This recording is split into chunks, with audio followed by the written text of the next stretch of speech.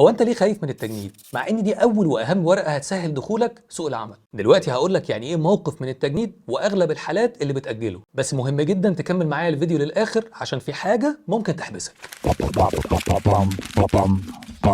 خلينا الاول نقول يعني ايه موقف من التجنيد. باختصار دي ورقه او شهاده بتجيبها من مكتب التجنيد اللي انت تابع له، بتحدد موقفك من الخدمه العسكريه. وموقف التجنيد ده بيكون فيه 3 حالات: ادى الخدمه العسكريه او معفي او مؤجل. لو اديت الخدمه العسكريه او معفي دول مفهومين، لكن انا جاي اكلمك دلوقتي عن حالات التاجيل، واللي بتقسموا لحالتين: حاله تاجيل عامه او عائليه، وحاله تاجيل لاسباب الدراسه. وحالات التاجيل العامه او العائليه خليني اقولها لك باختصار: انك تكون الولد الوحيد لاب ما كملش 60 سنه، او العائل لام ارمله او مطلقه. وفي حاله زوال اي سبب من دول وسنك ما عداش 29 سنه هتبقى مطلوب للخدمه العسكريه. اما تاني حاجه بقى هي التاجيل لاسباب الدراسه، ودي حالاتها كتير. يجوز تاجيل خدمه التجنيد للطلبه حسب المؤهل الدراسي ولسن معين في الحالات اللي هقول لك عليها. اول حاجه لو انت طالب في المرحله الثانويه بتتاجل خدمتك العسكريه بحد اقصى 22 سنه، سواء ثانوي عام او ما يعادلها طالما انت مقيد بمدرسه. تاني حاله طلبه المعاهد الثانويه الازهريه بحد اقصى 24 سنه. ثالث حاله طلبه المعاهد اللي دراستها سنتين بعد ثانوي، او مراكز التدريب اللي مدتها 5 سنين بعد الاعداديه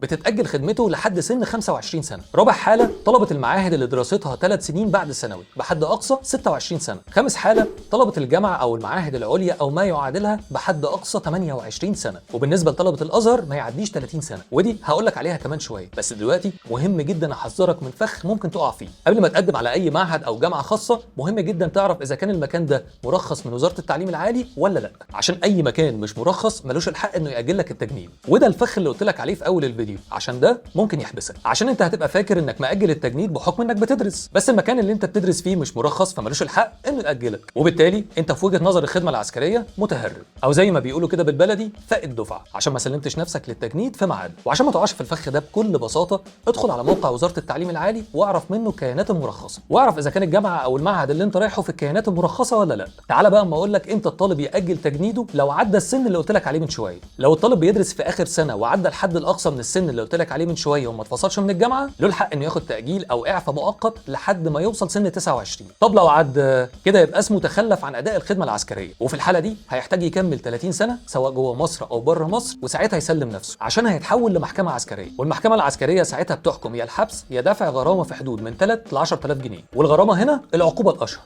وبس يا سيدي، في حاجة صغيرة عايز اقول لك عليها بقى. لو كلام ان ده واجب وطني وحق البلد عليك مش هياكل معاك، خليني اقولها لك بصيغة تانية. بدل ما تفضل تأجل كتير وبرضه في الاخر هتروح تعملها، انجز وقصر الوقت على نفسك واستغل الوقت ده عشان تجهز لسوق العمل.